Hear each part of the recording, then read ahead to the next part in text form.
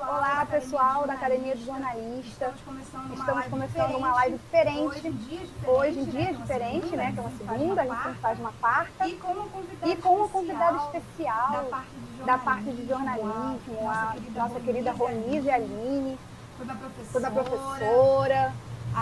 Aí de jornalismo, vários tipos de aulas, de fundamentos, impresso, novas mídias. E ela está aqui para conversar um pouquinho com a gente hoje sobre a redação. Uma vez que ela já trabalhou numa redação, então ela tem uma ideia diferente, ela tem uma experiência para poder contar para a gente de como funciona realmente e o que não dá certo e o que dá certo. Então eu fiz uma pauta das dúvidas mais diretas que existem nessa área, nessa parte.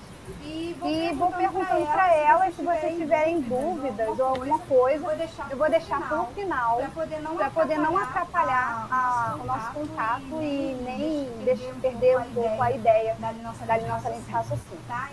Então, olha, é a primeira vez que a gente está fazendo essa live em contato com alguém, convidado. Então, se vocês puderem me dar um feedback com relação a se está legal, se o áudio está bacana, o vídeo. Eu agradeço que a gente vai tentar resolver, porque esse tipo de live existe um pouquinho de rede. Então, vamos ver se vai funcionar. Mas eu acredito que sim. A ideia é poder ajudar vocês, para que vocês saibam realmente como funciona o jornalismo no dia a dia. Ainda mais na redação, que todo mundo quer muito trabalhar com isso. Então, eu vou começar a live agora. Quem for chegando, fica à vontade. Nossa convidada está aí. Ronise, dá um oi aí para a galera. Oi, pessoal. Fernanda, obrigada pelo convite. É um prazer estar aqui na Academia do Jornalista. Espero que a gente bata um papo bem legal aqui, que as pessoas participem e que seja proveitoso para quem está começando aí na carreira.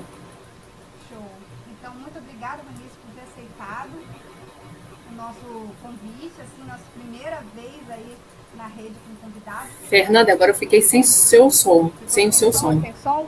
Agora melhorou, sim, voltou. O áudio está com eco. A Camila está falando que o áudio está com eco. Camila, vai me falando se está melhorando com o decorrer do vídeo. Temos alguém que tem um interesse muito grande nessa área. Então, vamos estar falando com pessoas que realmente vão ter muitas dúvidas. Que legal.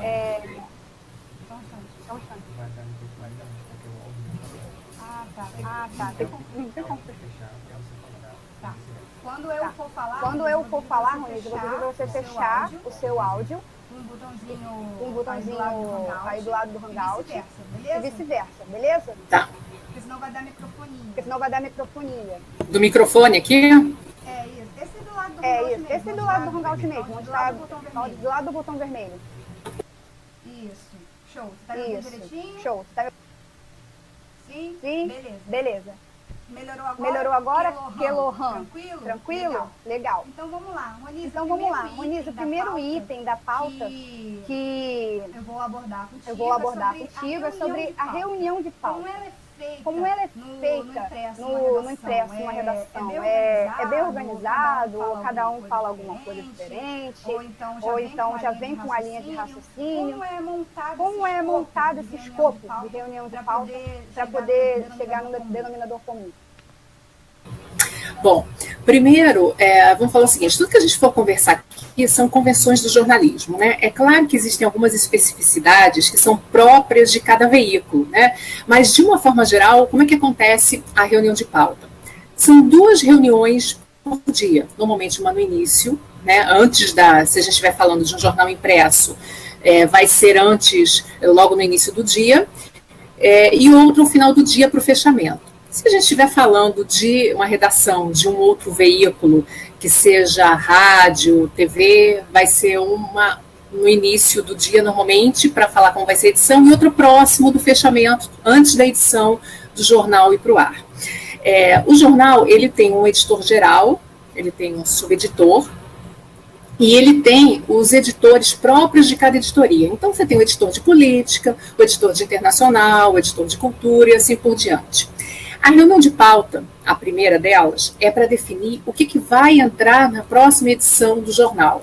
Então, o editor-geral e o subeditor se reúnem com os diversos editores de cada editoria para saber o que de importante vai acontecer, está acontecendo ou acabou de acontecer em cada uma daquelas áreas. Então, o editor de política vai falar quais são os assuntos quentes do momento, o de economia, cultura e assim por diante. A partir daí é definida, então, a pauta, o que vai entrar dentre esses assuntos na próxima edição do jornal.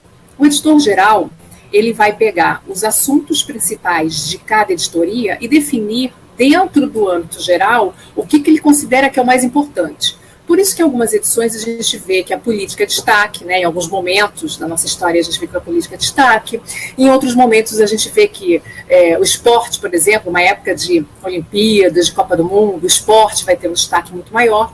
Normalmente é o editor-geral que vai definir isso. Qual é o tempo, qual é o espaço, o tamanho, o destaque que ele vai dar para cada assunto de cada editoria. A segunda reunião de pauta é já próximo, ou no final do dia, ou próximo antes da edição ir para o ar, se a gente estiver falando de um veículo eletrônico. E aí, o que acontece? Muitas vezes você tem previsão de assuntos que vão acontecer, de matérias que vão ser feitas e que não acontecem, que a gente diz que a matéria caiu. Por que a matéria caiu? Porque o evento não aconteceu, porque algo mais importante aconteceu e tomou o lugar daquela outra matéria. A matéria não rendeu tanto, esperava-se que fosse uma coisa muito legal e não rendeu tanto. Então, algumas matérias caem, outras acontecem, né? Por exemplo, um acidente de avião, uma queda de avião, algo imprevisto que vai tomar um espaço no noticiário e vai roubar o espaço de outras matérias. Então, a segunda reunião de pauta, próximo da edição ser fechada ou ir para o ar, ela vai justamente definir quais são os assuntos que irão entrar e qual o destaque que eles irão receber. Se é tudo muito calmo, não, né? Normalmente a reunião de pauta ela é um pouco tumultuada, porque imagina o seguinte, cada editor de cada uma das editorias, ele quer que o seu assunto tenha destaque. Então ele vai tentar convencer o editor-chefe de que o assunto dele de política é muito mais importante que o assunto de economia, né? E assim por diante. Então não que saiam brigas, né, pode até ser que alguns casos saiam, mas assim, existem discussões acaloradas, cada um tentando vender o seu peixe. Minha matéria é mais importante, merece mais destaque do que a outra. Sim, bacana. Mas com relação a isso, você falou que é acalorado e tal. Mas esse editor de cada uma das categorias que tem no jornal, ele foca com alguma coisa de público-alvo? Por exemplo, a Rede Globo, ela tem um público. Então, essas notícias são voltadas para esse público da mesma forma que o online trabalha? Ou é diferente? É um escopo denominado desde sempre? Não, sempre desde a seleção da notícia até a própria produção da notícia, o texto que vai ser utilizado, ele é todo direcionado para o público-alvo do veículo, né? Você imagina então, por exemplo, se a gente tem um jornal como a Folha de São Paulo e a gente tem um outro jornal como Meia Hora, e aí uma notícia de economia. Nunca que essa notícia de economia ela vai ser dada da mesma forma nos dois jornais, né? Um leitor da Folha de São Paulo, ele tem algumas preocupações, ele tem alguns interesses, você tem empresários lendo esse jornal, né? Ele vai falar de bolsa de valores, ele vai falar de ações, ele vai falar de uma série de coisas, de dólar, né? O leitor do Meia Hora, ele não tem tanta preocupação assim com bolsa, com ações, com dólar. Se você falar para ele que o dólar subiu, o dólar caiu, ele quer saber o seguinte, em que isso interfere no preço da comida que eu vou comprar no supermercado, no colégio, se do meu filho, se eu pago o colégio, na roupa que eu vou comprar. Então, o foco do próprio assunto, ele é diferente. Então, a seleção da notícia, o foco que é dado à matéria e o próprio texto, ele vai diferenciar de um veículo para o outro de acordo com o público-alvo de cada veículo. Perfeito. Alguém tem alguma dúvida? Se alguém tiver alguma dúvida, já pode começar a falar sobre esse assunto. Eu vou passar para uma outra parte agora, falando sobre apuração. Para quem chegou agora, vou deixar as perguntas mais para o final. Mas eu vou abrir uns 2 minutos para quem quiser falar alguma coisa sobre o que a gente terminou de falar. Fiquem à vontade. Que a gente vai para poder manter organizada a nossa conversa. Estou vendo que tem 14 pessoas online agora, já teve 17. Vamos ver aí se a gente consegue alcançar mais pessoas com essa nossa nova convidada aqui na nossa live, que eu vou tentar fazer isso mais vezes. Então, quem quiser compartilhar a live também. Fica à vontade, é sempre bacana colocar conteúdo de jornalismo para quem é estudante, poder divulgar aí, que já estuda jornalismo, que tem um perfil voltado para a comunicação, e para conseguir oportunidades é bem procurado hoje, né? O Facebook é uma vitrine para a gente que é profissional da área. Então, ninguém tem dúvida? Beleza, vou passar para a próxima pergunta. Ronise, a apuração, como ela é feita? Tem diferenciais do online ou a apuração no impresso, numa redação é diferente? É mais ágil? Determinada de uma forma diferente? Tem exigências maiores? Como é que funciona?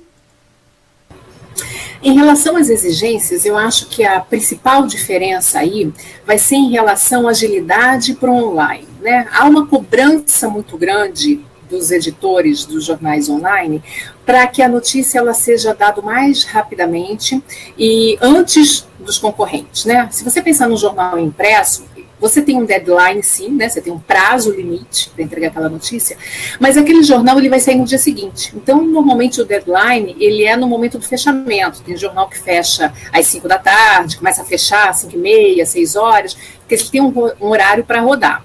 O online não, o online ele pode ser atualizado a qualquer momento. Então há sim uma certa cobrança em cima do repórter para que ele consiga aquela informação mais rápido. Infelizmente, uma coisa que eu gosto de chamar a atenção é que essa cobrança, infelizmente, às vezes acaba gerando uma pressa do repórter e ele acaba deixando de apurar corretamente certas informações, deixando de checar várias vezes, como a gente aprende que tem que checar, para não dar uma informação falsa, não dar uma barriga, como a gente fala, não dar uma informação errada, né? E aí, por isso que às vezes a gente entra num jornal online e tem uma informação, se a gente entrar de novo na página, às vezes a informação já está trocada, já mudou. Por quê? Porque aquela informação ela não tinha sido apurada adequadamente. Porque a pressa de publicar, de colocar no ar antes do concorrente, foi maior do que a preocupação com a apuração. Só que a preocupação com a apuração, ela deve estar em primeiro lugar, né? A gente não pode esquecer que a gente tem uma responsabilidade muito grande com quem está do outro lado, seja do impresso, ou seja do online, ou de qualquer outro veículo. A gente está interferindo na vida das pessoas.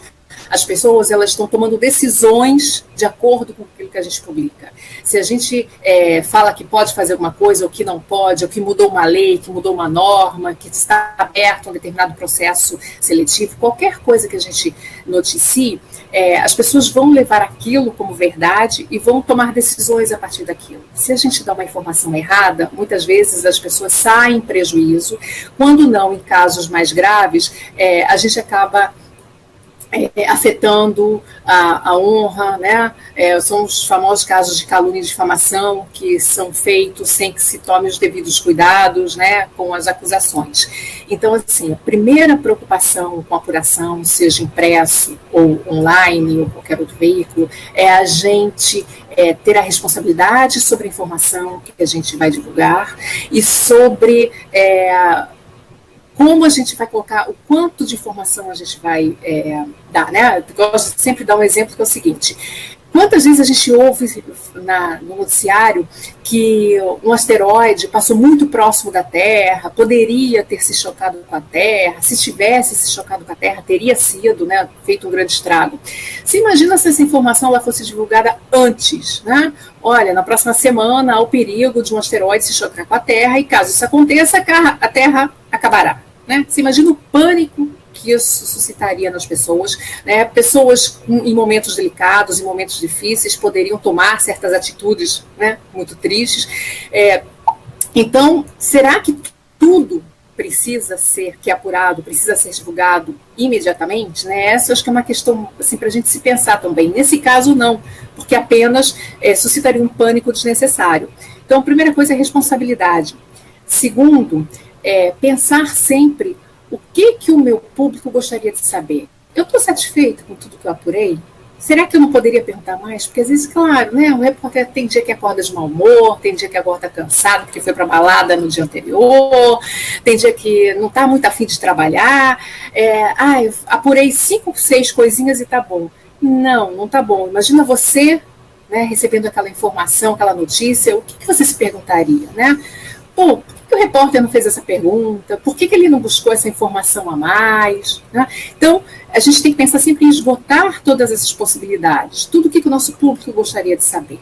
E quando não há uma informação disponível, que não é por nossa culpa, mas algo que não se tem ainda aquela informação, isso precisa ser dito. Né? Por exemplo, um crime que ainda não se sabe o motivo que levou a pessoa a cometer aquele crime, se o inspetor falou para a gente que não existe, ainda não se sabe por que o motivo do crime, isso tem que ser dito para o nosso público. Olha, segundo o inspetor fulano de tal, responsável pelo caso, ainda não se sabe o motivo do crime, para não parecer que é a gente que fez uma péssima apuração.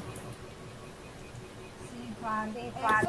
Sobre a questão do Switch, né? A atualização da matéria que já foi ao ar, seja no impresso, seja no online. No impresso acaba tendo que ser no dia seguinte. No online dá para fazer na hora. Só que as pessoas acabam errando, né, de editar a matéria no online, porque tem essa possibilidade, ao invés de fazer uma atualização, criar um conteúdo novo. No impresso já não tem esse perigo. Ou tem outros tipos de perigo que permeiam essa parte da Switch, da atualização. A Switch, para quem não sabe, é a continuação de uma matéria quando ela tem um desenrolar, né? Algo, por exemplo, a queda do avião, caiu um avião hoje, a matéria, o assunto não se encerra hoje. Você tem o decorrer dos dias, aí amanhã, depois de amanhã, você tem uma continuidade. O perigo do impresso, porque a Switch ela vai sair no dia seguinte, é você esquecer, né, ou não colocar propositadamente, um breve histórico do que foi a notícia original. Nem todo mundo que vai ler o jornal amanhã, para ler a Switch, lê o jornal hoje. Então, se você apenas colocar a continuidade da notícia, aquela pessoa que não leu a primeira notícia original vai ficar mais... não estava nem sabendo que o avião caiu, então, né, o que está acontecendo? Então, começa-se sim, claro, na Switch com a informação nova, a informação mais recente, mas ao longo da matéria a gente dá umas pinceladas contando o que foi a notícia original, para que aquela pessoa que não teve acesso à primeira notícia, ela não fique perdida sem saber o que está acontecendo.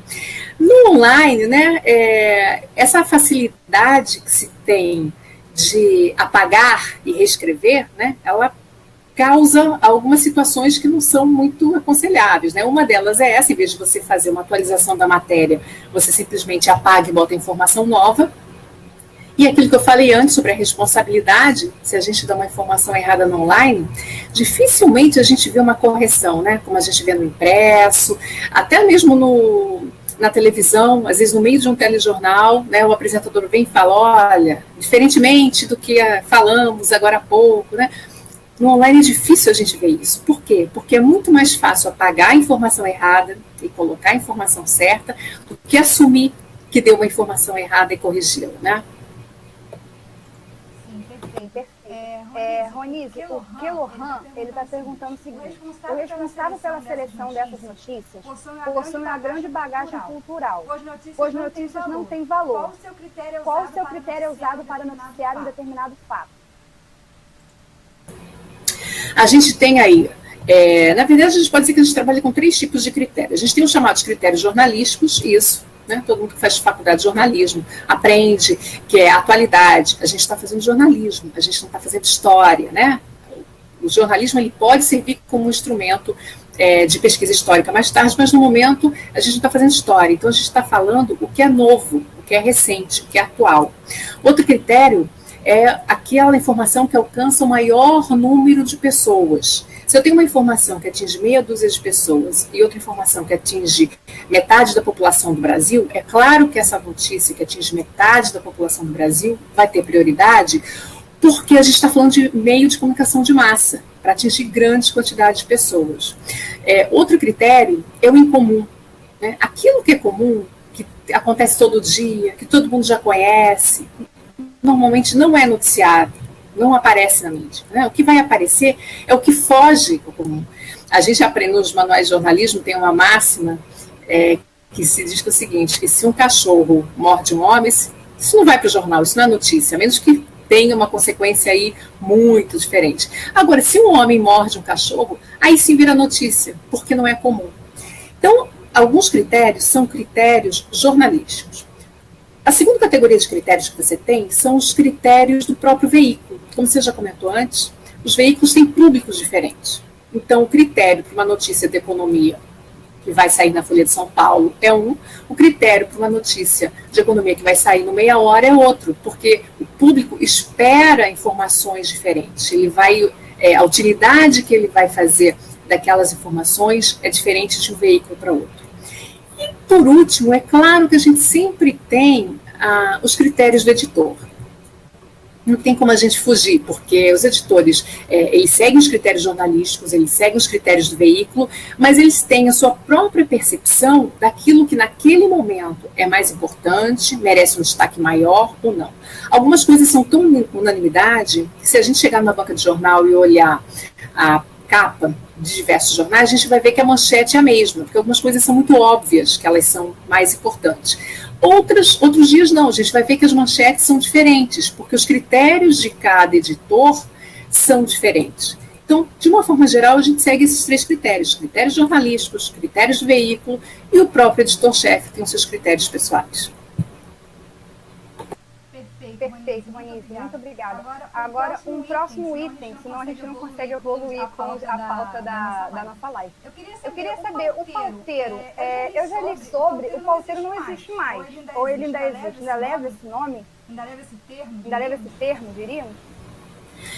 O pauteiro é uma figura que durante muito tempo ele existiu nas redações de jornal e ele era aquela pessoa responsável justamente para criar a pauta das matérias. Então você chegava no jornal e recebia ainda em papel uma pauta que dizia, isso antes, né, da entrada dos computadores nas redações, que dizia: olha, o que você vai fazer? Sua matéria hoje é uma manifestação na Avenida Rio Branco, por que vai acontecer essa manifestação? Dava umas informações básicas sobre aquele fato e às vezes até um encaminhamento. O que se espera? Quer mostrar determinada coisa, quer abordar mais um aspecto da informação.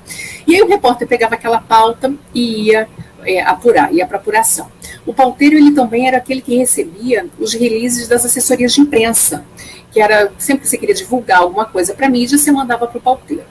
O que aconteceu é que com a entrada dos computadores nas redações e a saída da máquina de escrever e a entrada dos computadores, não que o computador tenha causado isso, mas houve um aproveitamento daquele momento pelos diretores, editores de jornais, começou a fazer um certo enxugamento.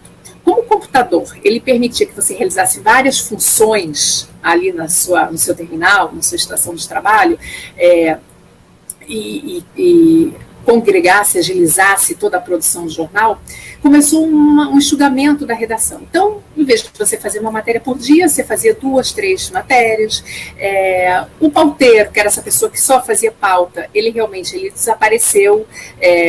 Talvez em algum jornal pequeno, de alguma cidade, você ainda tem uma figura do pauteiro, mas nos grandes jornais que você tem, o chefe de reportagem, que é quem comanda saída de repórter, chegada de repórter, ele acaba assumindo um pouco isso. Às vezes o próprio subeditor de cada editoria, o subeditor de política, o subeditor de economia, ele se responsabiliza, porque ele fica mais em contato direto com o repórter, né? O editor, ele cuida um pouco mais do fechamento daquela edição ou daquela editoria, e o subeditor, ele fica mais em contato com o repórter que está na rua, o que ele está cobrindo, como é que ele está cobrindo, e aí ele também assume um pouco essa questão da pauta. Então a figura do pauteiro, que só faz isso, hoje é muito difícil você encontrar, justamente porque hoje você tem redações muito mais enxutas, com menos profissionais fazendo mais trabalho. Perfeito. Agora, a curiosidade de bastante gente com relação ao repórter. Como é que é a vida dele na redação, o dia a dia? É complicado? Dá para fugir um pouquinho, fazer as coisas mais tranquilas, ou realmente com o editor em cima, cobrando? Como é que eles conseguem ter um requisito para poder seguir? Eles seguem a pauta com tranquilidade? Ou sempre acontecem mudanças? Bom, primeira coisa, se você gosta assim, de uma vida tranquila, se você quer ter horários certinhos, eu diria que a vida de repórter não é mais indicada, né? Finais de semana, sempre disponíveis, não, né? O repórter, a gente diz que ele tem hora para entrar, mas ele não tem hora para sair. Falta meia hora para acabar seu horário, e aí o teu editor te manda para fazer uma matéria X lá. Aí você fala, não vou fazer não, porque daqui a meia hora acaba meu expediente. Não rola isso, tá? Além de você estar no seu horário de trabalho, há uma competitividade muito grande. A gente sabe que você tem a quantidade de alunos, de formados, né, que todo ano saem das faculdades, é muito grande para ser absorvido pelos veículos de comunicação. Você tem N outras possibilidades aí de trabalhar com jornalismo, mas se a gente estiver falando de redação de jornal, né, não há uma rotatividade tão grande. Não se abre o jornal toda hora, pelo contrário, né? A gente tem visto até fechar muitos jornais. Então, há uma disputa muito grande. Você não quer deixar furo, né? Dizer que você não vai fazer matéria, né? E dar espaço para outro colega ganhar aí mais destaque. Até porque quem quer ser jornalista não gosta de trabalho burocrático, né? Não quer chegar na redação e falar assim, tomara que hoje não tenha nada para fazer, eu fique sentadinho aqui sem fazer nada. Não, não quer isso. Jornalista, principalmente quem tem operação de repórter, né? Que é a alma do jornalismo, quer ir para a rua. Então, você vai trabalhar com jornalismo porque você quer estar lá onde as coisas estão acontecendo, você quer ser o primeiro daquela informação, você quer fazer uma matéria que chame atenção, que seja elogiado pelo seu editor. Então, jamais você vai ficar preocupado com o horário se você estiver trabalhando com jornalismo. Final de semana, a mesma coisa. Você normalmente trabalha em esquema de plantão. Você trabalha 3 finais de semana e folga 1, ou trabalha 2 e folga 1, dependendo do veículo, né? E isso vale para Natal e Ano Novo também, né? Normalmente os jornais trabalham com um esquema, né? Então faz assim, quem trabalha no Natal, folga no Ano Novo e vice-versa. Então, às vezes você tem que passar longe da família, né? A gente não fica assistindo televisão, né? Várias coisas e ver repórter trabalhando naqueles momentos. Pois é, a mesma coisa. O impresso também está trabalhando, o online também está trabalhando. Alguém tem que produzir aquelas notícias, tá? Então, vida de repórter é corrida sim. Eu falei que de uns anos para cá, as redações elas foram enxugadas, você tem um número menor de pessoas fazendo mais coisas, infelizmente isso nem sempre resulta, né, em salários melhores, assim como no online, uma das coisas que a gente vê muitas vezes é o repórter, né, no impresso sempre foi repórter de texto e repórter fotográfico, então você saía em dupla para ir para a rua fazer matéria. Com a chegada do online e a fotografia digital e a facilidade com que você fotografa algo, o repórter de texto ele passou a acumular também essa função do repórter fotográfico, especialmente eu estou falando aí mais no digital, tá, do que no impresso. Talvez algum impresso também, mas mais no digital. Então você sai para fazer a reportagem de texto, e você já sai com a máquina do jornal para tirar foto, isso não significa que você ganhe 2 salários, você ganha um salário só. Então, cabe você decidir, né? É isso mesmo que você quer, é isso que você gosta, você não vai estar preocupado com feriado, final de semana, horário, você vai estar preocupado em fazer um bom trabalho, em ser reconhecido na tua carreira, né? Eu acho que quem vai fazer jornalismo é porque está pensando nisso, é porque quer fazer um bom trabalho aí de prestação de informação para o nosso público. É difícil, mas eu digo assim, quem ama, vale a pena. Sim, eu já passei bastante isso para eles com relação ao que eles devem começar a se adaptar, né? Porque a gente, quando é jovem assim, pensa muito que dá para fazer, vai conseguir ter o feriado em casa, mas pensando já em passos largos, na carreira já, né, no dia a dia, a gente acaba tendo que pensar mais fácil no que vai conseguir fazer em casa do que no trabalho. Porque vamos ver se vai dar tempo. Mas isso daí já é uma coisa que, pelo que eu imagino, quem escolhe jornalismo já consegue ter uma ideia do que é necessário abrir mão, né? Eu nem diria abrir mão, porque se você escolher o que você gosta. Então, eu sempre falo isso para eles repensarem, para ver se é exatamente o que eles querem, porque acabando se desapontando e fazendo algo por esforço, né? Agora, Ronise, o Húmaro, ele está perguntando quais são os requisitos para se fazer uma matéria. Vamos lá. Primeiro a questão da apuração, né? Pensa que nem tudo que você vai apurar vai entrar numa matéria, mas você tem sim que ter muito mais material do que você vai utilizar, né? Eu falei que às vezes você acorda de mau humor, cansado, com preguiça, aí você vai lá, faz uma apuração rapidinha, porque o teu editor falou que a tua matéria não tem muito espaço para ela, vai ser uma matéria pequenininha. Aí você fala, o que eu apurei tá bom, vou usar tudo que eu apurei, volto para a redação, vou bater a matéria, e aí o editor chega para você e fala assim, boas notícias, caiu a matéria X, caiu a matéria Y, e agora a sua matéria tem meia página, só para você. E você não tem informação suficiente, porque você estava com preguiça, você não apurou dados suficientes, e aí você não tem informação suficiente para fazer uma matéria. Então, assim, primeira coisa, você tem que ter um texto bom? Tem, mas a tua apuração tem que ser muito boa. Um texto ótimo que não tenha informação relevante para o teu público não é jornalismo, né? Você pode ter um texto ótimo, você pode ter um texto literário, mas você não tem um texto jornalístico. Texto jornalístico, notícia, tem que ter informação. Então, o primeiro primeiro requisito é você ter uma ótima apuração. Foi para a rua, colhe todas as informações que você puder. Você fala, não vai caber tudo isso na minha matéria. A seleção você vai fazer depois. Você não pode ter espaço para fazer matéria e não ter informação. Você tem que ter muita informação para poder selecionar o que é importante e o que não é importante. Outra coisa é tentar olhar aquele fato por um foco diferente do que você vê que todos os seus colegas estão tratando. A maioria das matérias, né, quando você não está fazendo uma matéria, que você teve uma ideia de uma pauta exclusiva, só você que está fazendo, elas são feitas em companhia com colegas de outros veículos. Então, você está cobrindo uma manifestação, você e vários repórteres de outros veículos. E aí corre-se o risco de todo mundo pegar a mesma informação, todo mundo fazer a mesma matéria, igualzinho, com as mesmas informações. Onde está o teu diferencial? Né? Então, pensa sempre assim, o que eu posso trazer diferente para o meu público, para o público que vai me ler, do que os outros repórteres estão pegando para os veículos deles, né? Então, tentar olhar para um foco diferente. Está todo mundo entrevistando as mesmas pessoas, tenta entrevistar alguém diferente. É claro que você tem algumas pessoas aí básicas, né, que você vai ter que entrevistar para determinados assuntos, mas tenta trazer um ângulo diferente para a tua matéria, né? Então, apurar bastante, ter muita informação, tentar ter um ângulo diferente, né? Saber escolher e selecionar, dentre tudo que você apurou, aquilo que é o mais importante, que interessa mais ao teu público. O que eu jogo fora e o que eu uso, né?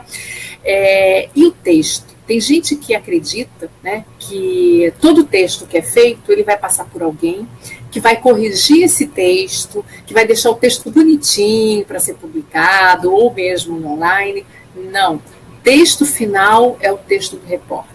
Há muito tempo que não existe mais a figura do que era no jornal impresso o redator, que era o que pegava o texto do repórter, que corrigia, que mudava, que transformava aquele texto num texto bom de notícia. Hoje em dia, se você abre o jornal e você vê erro, não é erro de revisão, é erro do repórter que escreveu errado. Se você abre um jornal online e lê alguma coisa errada, é erro do repórter.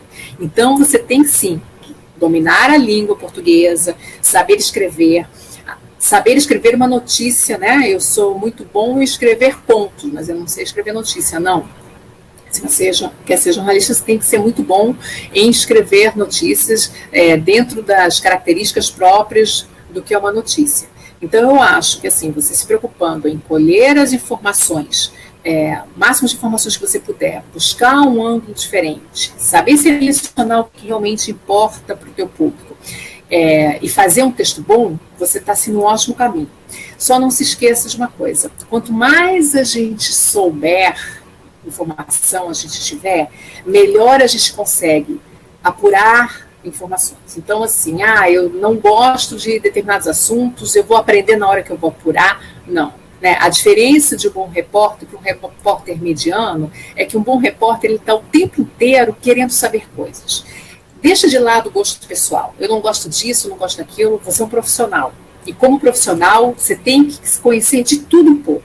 Em algum momento, aquilo pode vir a ser importante para você, você pode precisar de uma matéria. Então, quanto mais a gente se interessar pelas coisas, saber, ler, conhecer, melhor a gente vai estar preparado para fazer uma matéria. Show, Show, Ronise. O Kelohan, ele tem duas dúvidas em uma. Ele colocou um textinho aqui de pergunta. Ele está perguntando assim, o jornal impresso, ele raramente dá uma notícia exclusiva. Porém, pode-se dizer que ele informa melhor seu leitor e concede uma notícia mais elaborada? E número 2, o leitor de jornal impresso possui uma opinião mais estruturada em relação ao telespectador de jornal televisivo? Vamos lá. Eu discordo da primeira declaração dele, que o jornal impresso dificilmente dá uma notícia exclusiva. Tá? Sim, não só jornal, como revista também. Quantas vezes a gente já viu a própria Isto É trazendo, né, denúncias, escândalos, suspeitas, né, fitas gravadas, com gravações que incriminavam alguém. O que acontece é que a gente, pela facilidade do online, a gente se acostuma a ir muito para o online e acaba sabendo as coisas no online. Mas o impresso, sim, você tem profissionais experientes que trabalham há anos, grandes repórteres aí, que tem fontes maravilhosas, fontes preciosas, e que acaba dando matéria em primeira mão, sim. Principalmente coluna.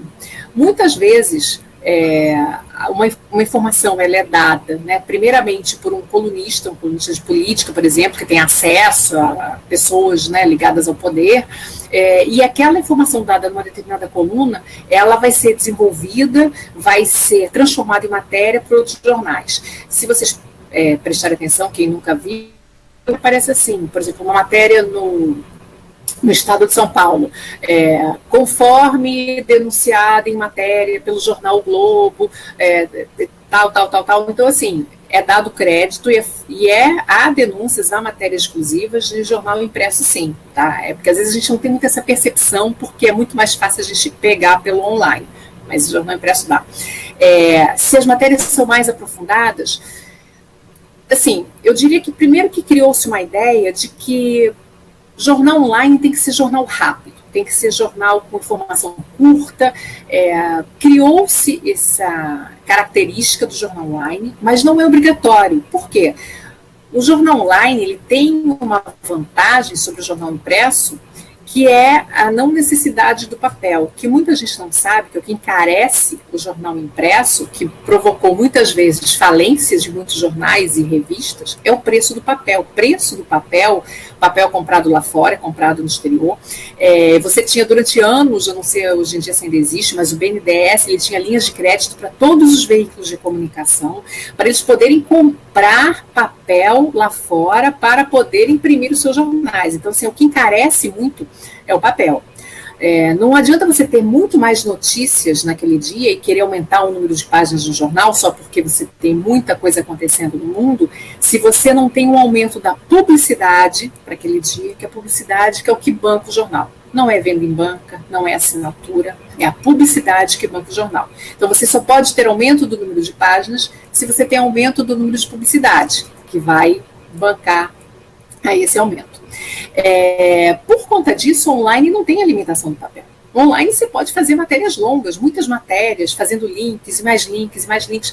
Então, assim, às vezes as pessoas acham que se eu for fazer um jornal online, eu tenho que necessariamente fazer um último segundo, né? Eu tenho que fazer tudo muito rápido, muito instantâneo.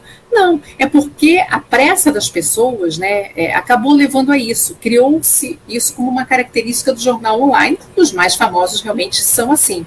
Mas você não precisa, você pode criar um projeto de um jornal online em que ele seja mais aprofundado.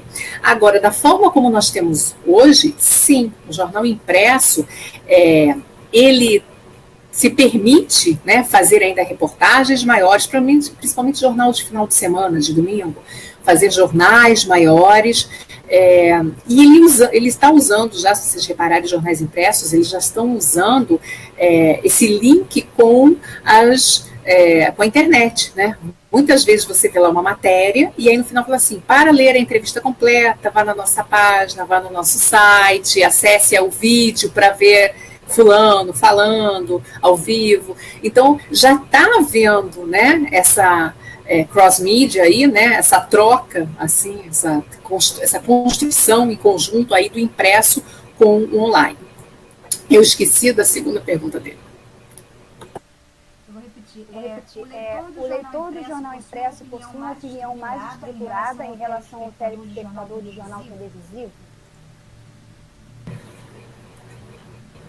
Eu acho que, assim, o jornal impresso, ele te permite ter essa opinião mais estruturada, porque ele traz uma quantidade de material interpretativo e opinativo maior. Você tem uma quantidade de colunas, de artigos maior.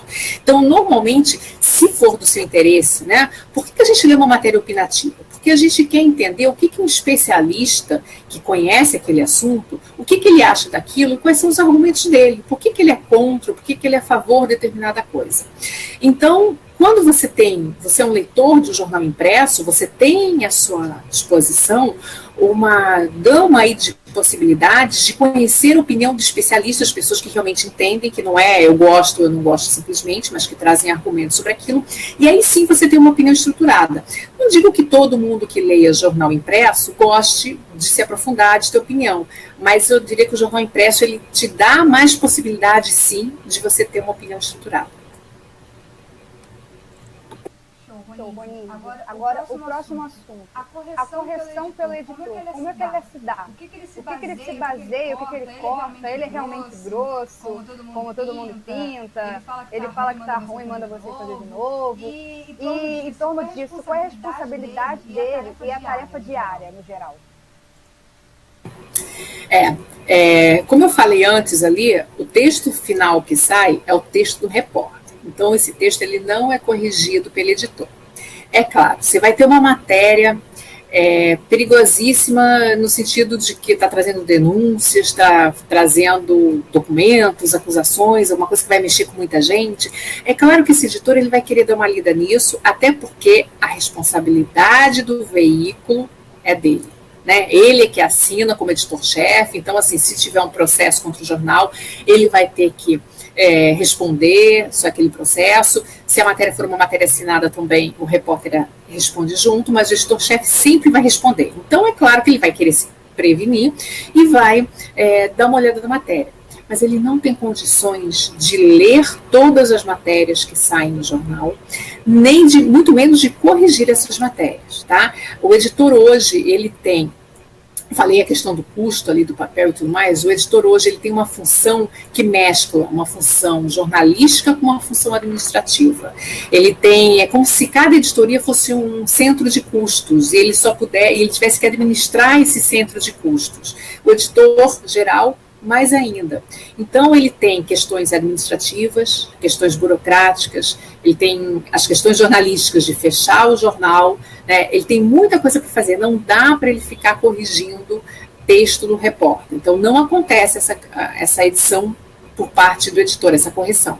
O que pode acontecer, como eu disse, é ele querer se certificar de que alguma matéria mais polêmica não traga nenhum problema para o jornal, então ele queira dar uma olhada e aí sugerir alguma coisa para o repórter, mudar alguma coisa. Mas isso não é o padrão, que o repórter tenha suas matérias corrigidas e modificadas, né? Até porque o repórter é muito suscetível a se melindrar quando mexem na sua matéria. A gente sempre acha que a nossa matéria está perfeita, né? Ninguém pode mexer nela, ninguém pode cortar nada dela, e na maioria das vezes, né, umas mexidas aí, umas cortadas até melhoram essa matéria.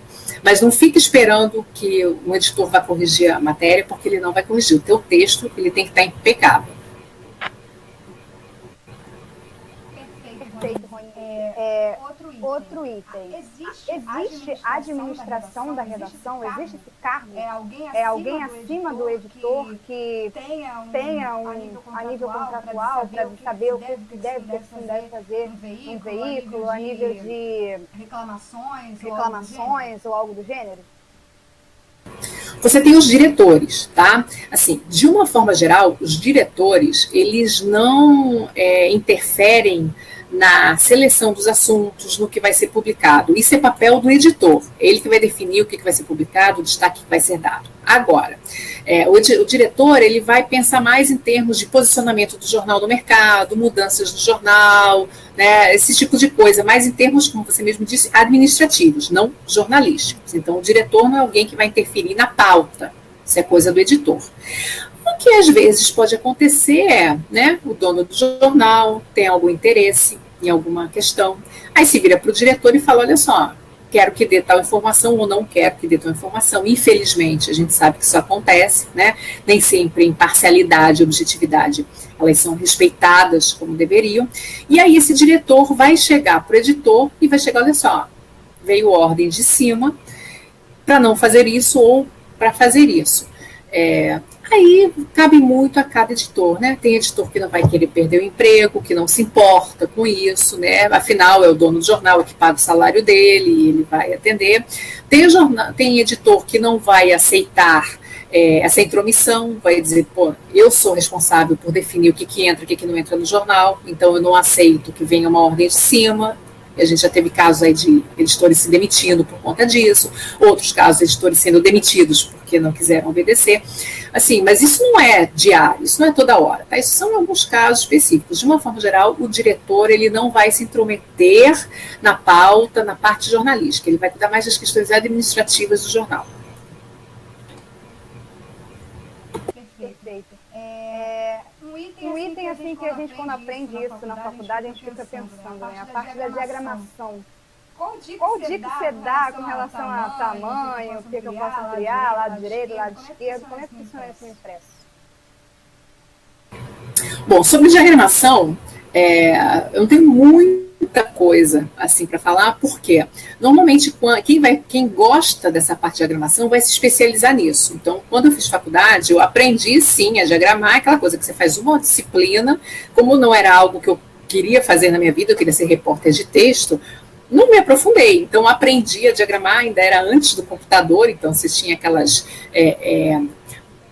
pautas, né, tamanho da página do jornal, né, você tinha tinha que medir, né, era por paicas, você transformava paicas em centímetros, aí você batia o repórter batia toda a matéria em folha, e aí você tinha que transformar aquilo em colunas, então fazer o cálculo para que aquilo coubesse nas colunas do jornal.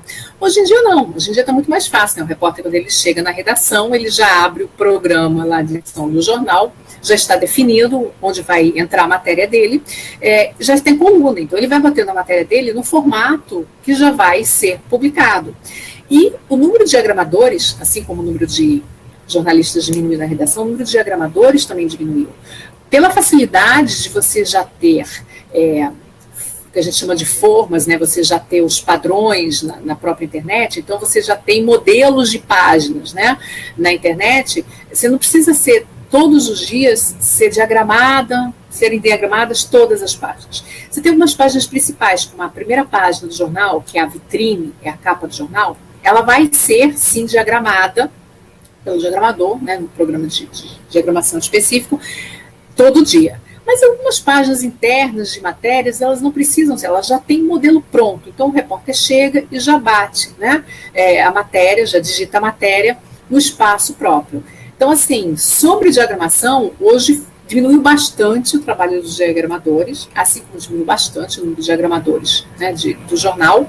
Antigamente você tinha, cada editoria tinha sua mesa, que a gente chamava de diagramadores, fora o diagramador que diagramava a capa, algumas matérias, algumas páginas assim. Hoje você tem muito poucos, porque eles fazem algumas questões pontuais e o resto eles só vão alimentando o banco de dados de modelos próprios, né? Ótimo, que bom que a gente precisa se preocupar então tanto com isso hoje, né? Ainda mais no online, isso acaba facilitando, porque é só a questão do bom senso, né? Como é que tem que estar o seu texto, bem estruturado, com relação ao parágrafo, subtítulo, então facilita bastante. Agora sobre a fotografia, como é que ela é selecionada? Eu sei que vai na pauta, né, já mais ou menos como é que você vai trazer aquele documento e como ele deve ser abordado. Mas existe algum pré-requisito que você, quando vai fazer o conteúdo, uma vez que agora no online, você do celular, já consegue gravar, já consegue filmar, já consegue fotografar e anotar o conteúdo? Existe alguma facilidade de olhar para o que você vai fotografar, se realmente aquilo é válido, se realmente aquilo vai somar com o meu título, com o meu lead, e vai fazer com que o meu leitor tenha curiosidade de ler o resto da matéria? Como é que funciona isso também no impresso? Normalmente quem faz a seleção da fotografia é o próprio repórter, justamente para ver qual é a fotografia que vai somar, né? Há muito tempo a fotografia ela deixou de ser uma mera ilustração da reportagem, da matéria, e se tornou fonte de informação, sim. Então, a melhor fotografia é aquela que informa mais, que traz mais informações, mais dados, além daqueles que já estão na matéria impressa. Então, digamos que você trabalhe no impresso, em que você seja um repórter de texto, e você tem um repórter fotográfico separado. Ele vai tirar as fotos, ele vai mandar para o seu computador, vai fazer uma seleção dele, assim como a gente faz seleção de informações de texto. O repórter fotográfico ele vai selecionar as que ele acha que estão melhores, vai encaminhar, colocar numa pasta que você tem acesso já direto, e daí você vai ver o que melhor contribui para o texto que eu fiz, né? Quando a gente trabalha com online e trabalha num veículo em que não tem esse repórter fotográfico separado, que a gente saia para fazer o texto e já vai fazer a imagem, né? A gente tem que se preocupar com as duas coisas. Uma coisa que a gente precisa sempre ter em mente é que fotografia não é equipamento, fotografia é olhar, né? Você pode ter o melhor equipamento do mundo, mas se você não souber o que olhar, o que fotografar e o ângulo, que às vezes faz toda a diferença, você não vai ter uma fotografia boa, né? E isso foi o principal problema. Com fotografia digital, muitos veículos online começaram a dar a máquina lá na mão do repórter e pronto, é só apertar o botão e acabou. Não é só apertar o botão, né? Foto não é só isso. Foto é você ter esse olhar. E é ter um olhar jornalístico. Quando você faz uma faculdade de jornalismo, você faz fotografia jornalística e você aprende como fazer uma fotografia jornalística, ela tem características totalmente distintas, por exemplo, de uma fotografia publicitária. Uma fotografia publicitária, você fica horas dentro do estúdio, cheio, todo iluminado, no maior calor daquelas luzes, para fotografar um sundae da lanchonete, que insiste em derreter e você não consegue tirar foto, até que você decide que você vai fotografar um sundae de mentira, para ir para o cardápio, né, que é sempre mais bonito do que o sundae de verdade, porque o de verdade derrete naquela luz toda do estúdio. O repórter fotográfico, né, quem trabalha com fotografia jornalística, não vai ficar o dia inteiro no estúdio. Ele vai cobrir uma manifestação e ele tem que ser ágil. Se ele perder algum fato, algum instante, não dá como voltar, né? Não repete, não solta a bomba de novo aí para tirar foto, bate de novo lá, xinga o policial de novo para tirar foto, não rola isso, né? Então, são características diferentes que você tem do fotógrafo, por exemplo, publicitário, do fotógrafo jornalístico. Então, lembrar sempre o seguinte, você tem que, pegou o momento certo, conseguiu, esteve atento, esteve preparado, já tem grande chance de conseguir uma boa foto. Se você, né, ficar tentando, esperando muito, procurando muito, a informação, a notícia vai passar pela sua frente. Então, a primeira coisa é treinar o olhar, tá? Por melhor que seja o equipamento, você tem que ter um olhar que busque na fotografia passar a informação. Como é que eu passo essa informação melhor? Será que esse lugar onde eu estou é o mais adequado para tirar essa foto? Será que não é melhor se subir em algum lugar, né? Às vezes você vê fotógrafo, né, subindo em andaime, se pendurando em algum lugar, né, claro, sempre com muito cuidado, mas assim, o texto a gente consegue pegar de qualquer lugar, a fotografia não. Então, geralmente, quem gosta de fotografia não pode ter receio, não, tenho vergonha de chegar perto, tenho medo de ir ali. Não dá, né? Para quem vai trabalhar com imagem, precisa estar onde as coisas estão acontecendo. Então, assim, treina o seu olhar, né? Tira muita foto hoje, com o celular é tão fácil, tira muita foto das coisas e pensa qual o valor jornalístico que aquela imagem tem. Isso é uma forma de você treinando para, se você for trabalhar com fotografia jornalística, você já saber onde está a notícia para fotografar. Ótimo, Renise. Agora, uma questão assim, como funciona a hierarquia do impresso? É algo muito assim, que mexe com o repórter no dia a dia, ou é algo mais exato? Por exemplo, tem o editor, aí abaixo do editor já vem o repórter, ou então no dia a dia existe alguém que vai passar um conteúdo para o editor vai passar o conteúdo para o repórter, ele tem que prestar contas aos dois. Como funciona com relação a isso? É diretor, editor e repórter? Como é que funciona?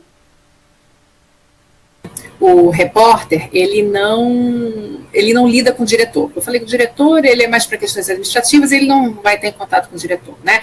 O repórter, ele lida com o editor e com o subeditor. Eu falei que o subeditor mais porque é o que está mais próximo, que é o que vai, né? Ele deu um problema na rua. Aí o repórter vai ligar para o subeditor e vai falar, olha só, tá com um problema aqui, eu não sei se eu vou conseguir acabar a tempo essa matéria para chegar na outra, né? Porque, como eu falei, a gente não faz mais uma matéria só por dia, né? Seria muito tranquilo. Então, sai de uma correndo, vai fazer outra. O que vai... quer mandar... tô sem carro aqui, manda o carro me buscar. Então, tudo isso, dependendo do jornal, ou você vai falar com o subeditor, ou você vai falar com o chefe de reportagem, que é quem também comanda esses repórteres da rua, né? Quem vai levar uma matéria, vai pegar em outra. Então, assim, a hierarquia é editor, subeditor e os repórteres.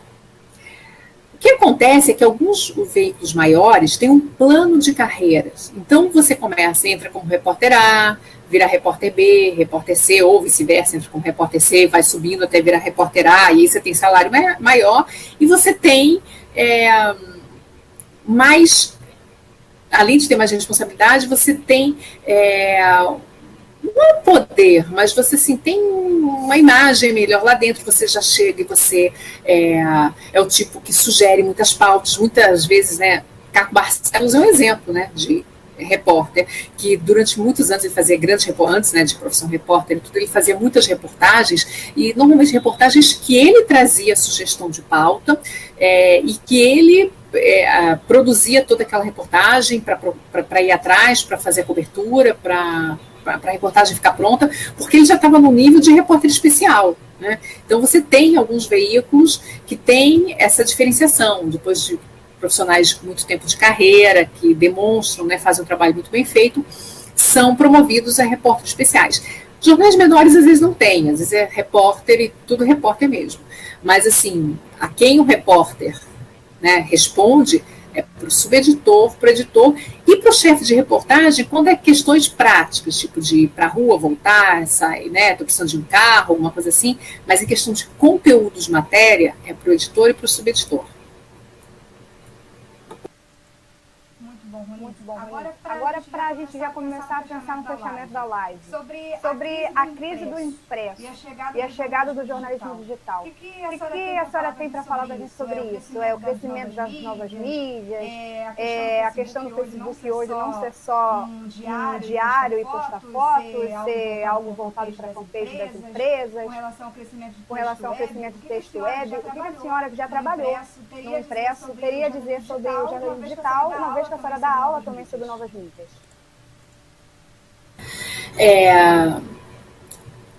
Acho assim, a primeira grande diferença, né, eu acho que o digital, ele é estimulante, ele é interessante, ele atrai e tudo mais, mas tem uma grande diferença que é o seguinte, o impresso, a gente precisa ir atrás dele, né, a gente tem que comprar o jornal, a gente tem que fazer uma assinatura. O digital não, o digital vem até a gente, né, apita no nosso bolso o dia inteiro. A gente não precisa, a gente curtir o negócio e pronto, ele já está pitando, ele já está vindo o dia inteiro, então a gente não tem o trabalho de ir atrás, né? Parece que a notícia está correndo atrás da gente, a notícia está o tempo inteiro vindo atrás da gente, então isso já se torna muito mais cômodo, né? Muito melhor ficar parado, esperando que vai apitar, em algum momento eu vou ficar sabendo, se não chegar diretamente pela fonte jornalística, algum amigo vai compartilhar, alguém vai me mandar pelo WhatsApp, mas de alguma maneira vai chegar até mim. A grande questão é que a facilidade, ela pode se tornar um problema na medida em que nós, jornalistas, não soubermos separar o joio do trigo. Ou seja, antes a gente tinha as fontes, simplesmente, não tinha internet, então você tinha que buscar as fontes para determinadas informações. Então, você ia falar com o assessor do prefeito, você ia falar com o diretor do hospital, você ia falar com o porta-voz da Polícia Militar, você ia buscar as fontes para aquela informação. Hoje em dia, com o digital, tanta gente colocando informação, né? Às vezes você vê jornalistas que embarcam numa notícia falsa, embarcam numa notícia equivocada, porque não foi checar as fontes oficiais que deveria ter checado. É muito mais fácil, porque a informação chegou apitando no bolso, pelo celular, ele pegar aquilo e encarar aquilo como uma informação oficial. Tá? Já é ruim quando pessoas comuns fazem isso. A gente, como cidadão, a gente olha uma informação, a gente compartilha, a gente nem clica no link. Né? Quando as pessoas veem uma manchete, acha aquela manchete interessante, se clicasse, veria que a notícia não tem nada a ver com aquela manchete, a manchete foi feita só para chamar atenção, né? No entanto, compartilha sem ter lido. Isso já seria um problema o cidadão comum fazer isso. O jornalista fazer isso é pior ainda. Por quê? Porque lembra que eu falei que a gente tem uma responsabilidade com aquilo que a gente publica, tá? Cidadão comum que replica, que repercute, que compartilha informação, ele não passou por uma faculdade, ele não tem um diploma de jornalista, ele não aprendeu o que é ser jornalista, ele não carrega consigo essa responsabilidade. Então ele divulgou algo que era mentira, foi só mais uma pessoa que divulgou. Um jornalista, né, que divulgou sem checar uma informação, porque estava no meio online e descobre-se que aquela informação não é verdadeira, né, ele não está cumprindo com a sua responsabilidade de jornalista. Então, assim, a primeira coisa é a gente prestar muita atenção na nossa apuração, onde a gente viu isso, né? Deu no Facebook não é fonte, né? Cada um bota o que quiser no Facebook, como bota no Twitter, como bota no próprio blog. Então, assim, não é fonte oficial alguém colocar alguma coisa na internet. É fonte oficial quando você vai para a página daquele órgão, por exemplo, a página da prefeitura, o site da prefeitura, aquilo se torna uma fonte oficial. Então, eu acho assim, a primeira coisa é a internet, ela causou alguns problemas para a apuração justamente por essa falta de responsabilidade em muitos profissionais em apurar. Ela acabou gerando uma confusão, porque nem tudo na internet é jornalismo, né? Você tem jornalismo, mas você tem outras coisas, né, por aí, e aí às vezes o cidadão comum ele não consegue diferenciar isso, né? Ele fala assim, mas saiu na imprensa. Saiu na imprensa? Não, saiu no perfil de alguém do Facebook que não é nem jornalista, então não saiu na imprensa, saiu no Facebook. Tá? Então, por isso, a gente, como jornalista, tem que ter o maior cuidado possível. A internet ela é muito mais atraente porque ela traz uma possibilidade de recursos que, para a nova geração, né, o jornal impresso se torna meio cansativo. Né? Nada se move na página, né? É tudo parado, é texto e foto, texto e foto, texto e foto, coisa mais chata, né? Uma geração que é criada com videogame, com vídeos, né? com experiências agitadas, com muito movimento, quer movimento também.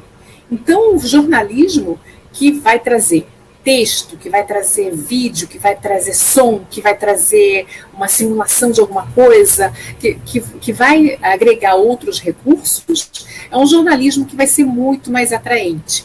E aí, por conta disso, por conta da internet trazer esses inúmeros recursos, cabe ao estudante de jornalismo estar o mais preparado possível para isso. Né? Como eu falei antes, a gente não tem jornais surgindo a todo momento, você não tem novos empregos a toda hora em redação de jornal, mas a internet, o campo de trabalho é muito mais amplo, você tem muito mais possibilidades de trabalhar, porque você tem possibilidade de abrir o jornal a qualquer momento, diferente do jornal impresso.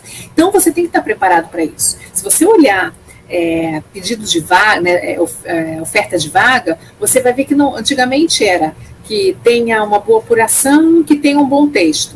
Acabou. Hoje em dia não, você tem que ter uma boa apuração, um bom texto, saber mexer nos programas A, B, C e D, saber mexer com Photoshop, tirar fotografia, fazer isso, fazer vídeo, você tem que saber um monte de coisas, tá? Quanto mais preparado você tiver, mais chance você vai ter no processo seletivo. Então, aproveite tudo que você está fazendo faculdade, aproveita tudo que te oferece. Mas eu não quero trabalhar com fotografia. Aprende a fotografia. Mas eu não quero trabalhar com diagramação. Aprende diagramação. Mas eu não quero trabalhar com rádio. Aprende rádio. Né? Nem sempre a gente consegue chegar no nosso objeto de desejo logo de cara. Né? Você tem que passar por outros. Né? Eu quero trabalhar com televisão, mas me apareceu um estágio de rádio. Vai fazer rádio. Rádio é uma ótima escola para televisão. De repente, você se apaixona por rádio e não quer saber de televisão. Tá? Então, o online, ele, por juntar tudo isso, o rádio, a televisão, o impresso, né, a fotografia, tudo isso num lugar só, ele vai exigir mais do profissional.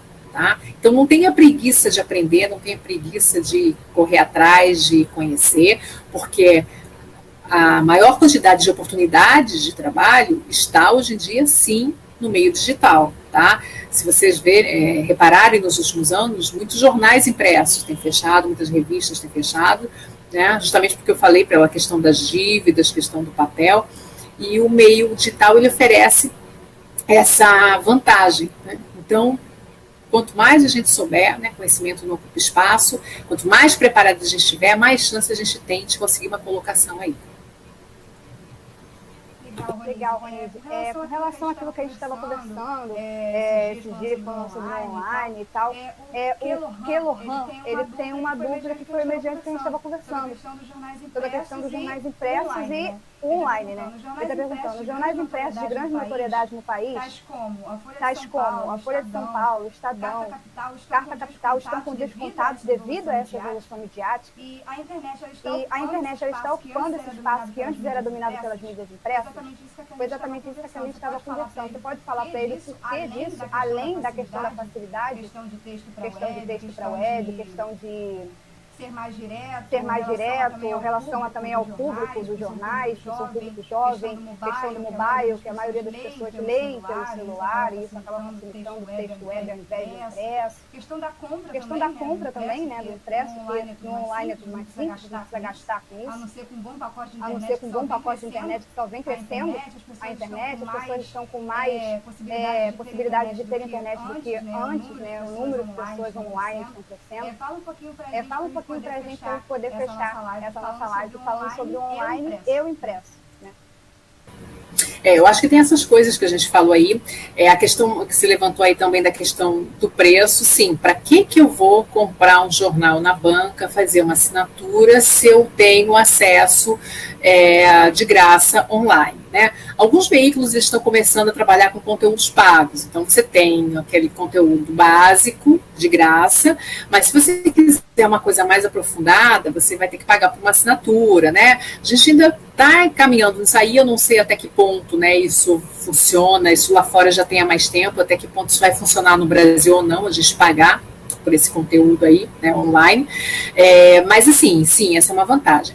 Eu acho que a outra questão também é a questão da portabilidade, porque a gente está falando, né, a gente comentou aqui da notícia pitando o tempo inteiro no bolso, não é parar na frente do computador na sua casa e ficar lendo notícia. É você estar no ônibus e estar lendo notícia, você está na faculdade e está lendo notícia, você está na balada, você está fazendo qualquer coisa e você está tendo acesso.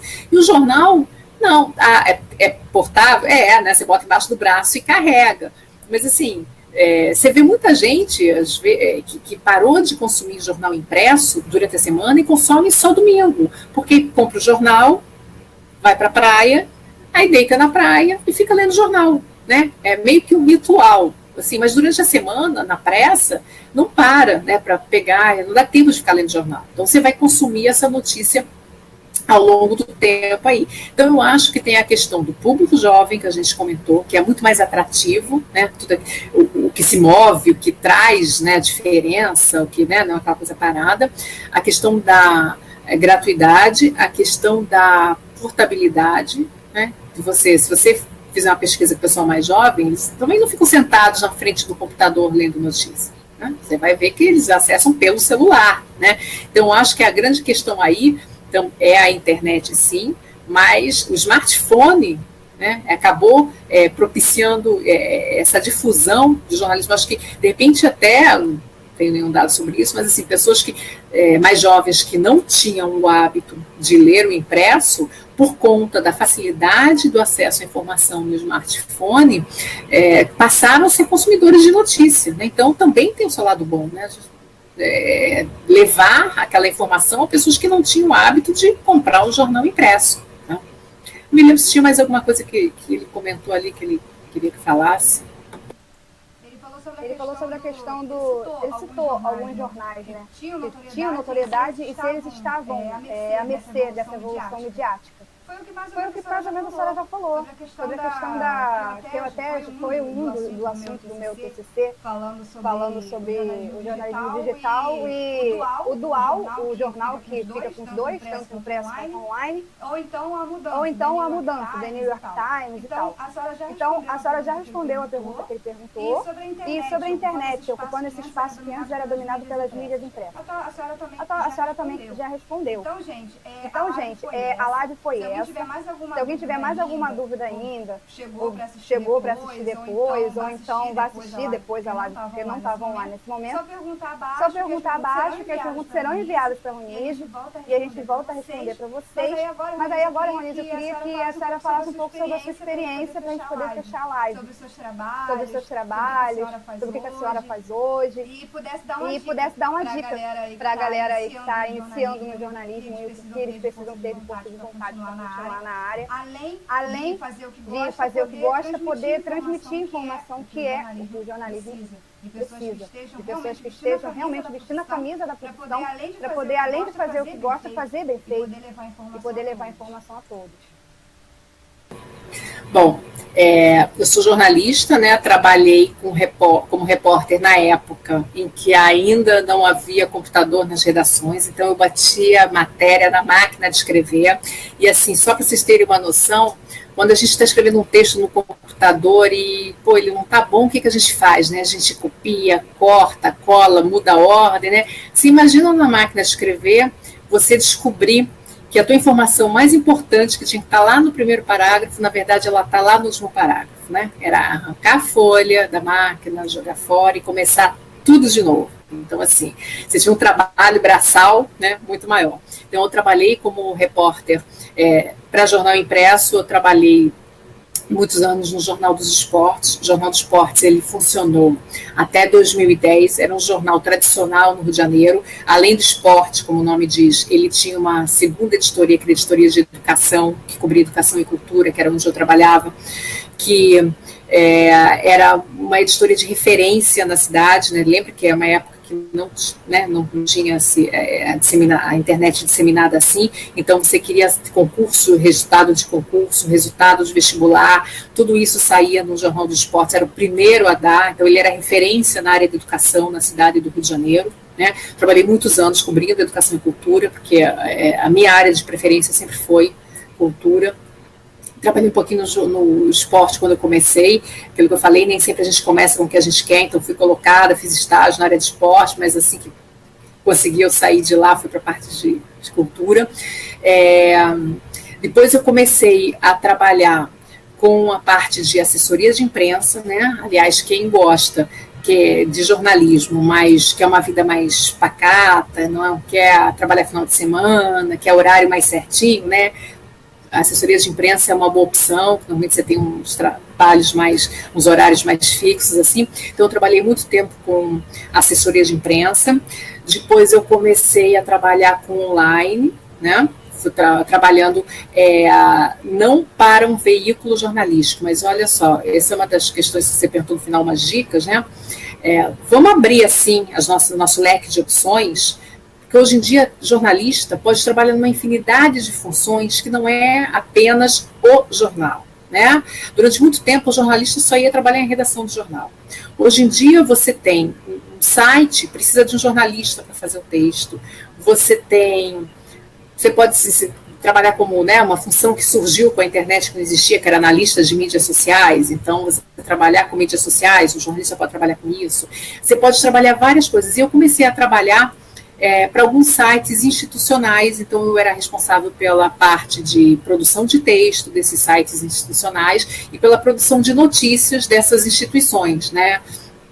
Trabalhei em vários projetos e aí, simultaneamente, eu comecei a dar aula também para a área de jornalismo, porque eu fui para o lado da área acadêmica, eu fiz mestrado, fiz doutorado, e aí eu comecei a dar aula para a faculdade de jornalismo, né? Hoje até eu dei em várias faculdades, hoje dou aula na Unicarioca, e paralelamente eu sou escritora também, né? Eu tenho livros lançados, livros infantis e livros jovens, e isso é legal porque você tem duas linguagens diferentes. Eu trabalho com linguagem jornalística, né, e trabalho com linguagem literária. E fui durante 10 anos crítica literária do Jornal Globo. O Jornal Globo tinha um caderno chamado Prosa e Verso, que vai fazer, eu acho que quase um ano que esse jornal, esse suplemento terminou. Infelizmente, né, a parte de literatura no Brasil não é uma parte muito levada a sério, né, não é uma parte que é muito valorizada.